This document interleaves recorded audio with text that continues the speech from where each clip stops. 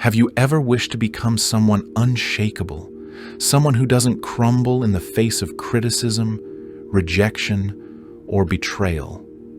Have you ever dreamed of finally escaping that silent pain, the ache that lives behind your smile, the weight you carry while pretending everything's fine on the outside? Maybe you're tired of being strong all the time, of pleasing everyone around you, of holding up an image that no longer feels real. Maybe all you want is just a moment of peace, a breath without pressure, a break from having to seem untouchable. But let me share something that few people ever say out loud.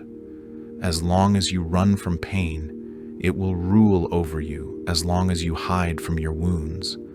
They will keep reopening as long as you build walls. You'll be held captive inside them.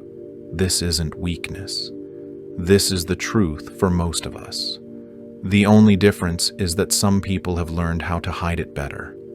Carl Jung once said, "We are not what happens to us, but what we choose to become." And in that choice lies your freedom. It's not about building thicker armor. It's not about pretending you don't feel anything. It's about integration, about bringing into light the parts of you that have long lived in darkness. True strength is not the absence of pain. It's the presence of self-awareness, even when your heart is still bleeding. If you're still here listening, then this message is for you. For the one who feels constantly overwhelmed. For the one who's exhausted from trying to be enough, for the one who keeps getting hurt and doesn't understand why. I want you to know that your pain doesn't make you weak, and your emotions don't make you broken. But to step into your strength, you will have to face some truths, and some of them may hurt, but they may also be the very things that set you free. You've been told that what hurts you is what others do, the betrayal, the rejection, the harsh words. But the truth is, these things only hurt because they touch something already wounded within you. Pain is not caused by what happens, but by what those events awaken inside of you. The story you tell yourself, the meaning you assign to those moments, the echoes of unhealed memories you never knew were still alive. Jung taught us that the pain we feel from the outside is often a reflection, a mirror of what we've refused to face on the inside. That's why two people can go through the same storm, and one walks out whole while the other falls apart. The difference isn't in the storm, it's in where it lands inside you. You still suffer because deep down you believe that if you do everything right, you can avoid being hurt. If you're kind enough, smart enough, strong enough, you can somehow control how the world treats you. But that belief, that illusion of control, is what keeps you in pain. If you truly want to stop suffering, you have to stop trying to protect yourself from pain. What you need isn't more defense. What you need is deeper awareness.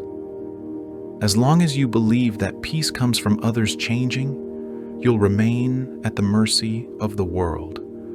True freedom begins the moment you realize that nothing from the outside has power unless it finds a wound inside you. This is the real battlefield. The unconscious mind. The parts of yourself you don't see, don't understand, and don't yet know how to manage. Jung said, until you make the unconscious conscious, it will rule your life and you will call it fate. That unexplained sadness, the sudden rage, the emptiness you can't name, these are all messages from within, from parts of you that were buried but never healed. We try to silence them, distract ourselves, pretend they don't exist, but they don't go away. They just show up in new forms: toxic relationships, self-sabotage, crippling anxiety. These are not accidents. They are signs. They are your soul's way of asking you to wake up. If you want to stop being hurt by life, you must stop hiding from yourself, because everything you refuse to see in yourself will continue to control you. The more you try to numb yourself from pain, the more you become a prisoner to it. But there is a way forward. And it doesn't involve resistance. It involves integration. To become truly untouchable, you don't build walls. You face your truth. You stop reacting and start understanding. You learn to feel without being consumed. This is what Jung called individuation, not about becoming perfect, but about becoming whole, embracing both your light and your shadow, bringing all your parts into the light. The world can't destroy what you've already accepted in yourself. When your wounds are no longer secrets, they can no longer be used against you. But to walk this path, you need courage. The courage to feel, to be honest with yourself, to remove the masks, and sit with what is real. Suffering, despite everything you were taught, is not your enemy. It's the very thing that opens the door to your true strength. From a young age, you were told that crying is weakness, that pain should be hidden, that being emotional makes you vulnerable, and so you buried your feelings, ran from discomfort, silenced your sadness. But pain doesn't disappear. It transforms into anxiety, into anger, into self-doubt, and eventually into collapse. Jung believed that pain is not something to be feared. It's a message, an alarm from the soul, a sign that something inside you is ready to change. He said, when sadness shows up, don't chase it away, invite it in, listen to it. Because only when you understand your pain can you begin to heal it. The truth is, your suffering exists because you're still fighting a war within part of you. Wants to grow. Part of you wants to stay safe. This inner conflict is what creates the pain, and yet in that very pain lies your power, because pain breaks down illusions. It reveals what matters, it strips away the noise and shows you what's real. Jung saw suffering not as the end, but as the start of a sacred journey, a journey that few are willing to take. But those who do emerge, changed, awake, free. Most people run from this. They numb, they distract, they settle, but not you. You're still here, which means you're ready. This is your crossing, and what lies on the other side is not just survival, but transformation. To walk the path of individuation, you will have to unlearn who you thought you were. Let go of everything that was built to protect you, but never let you live.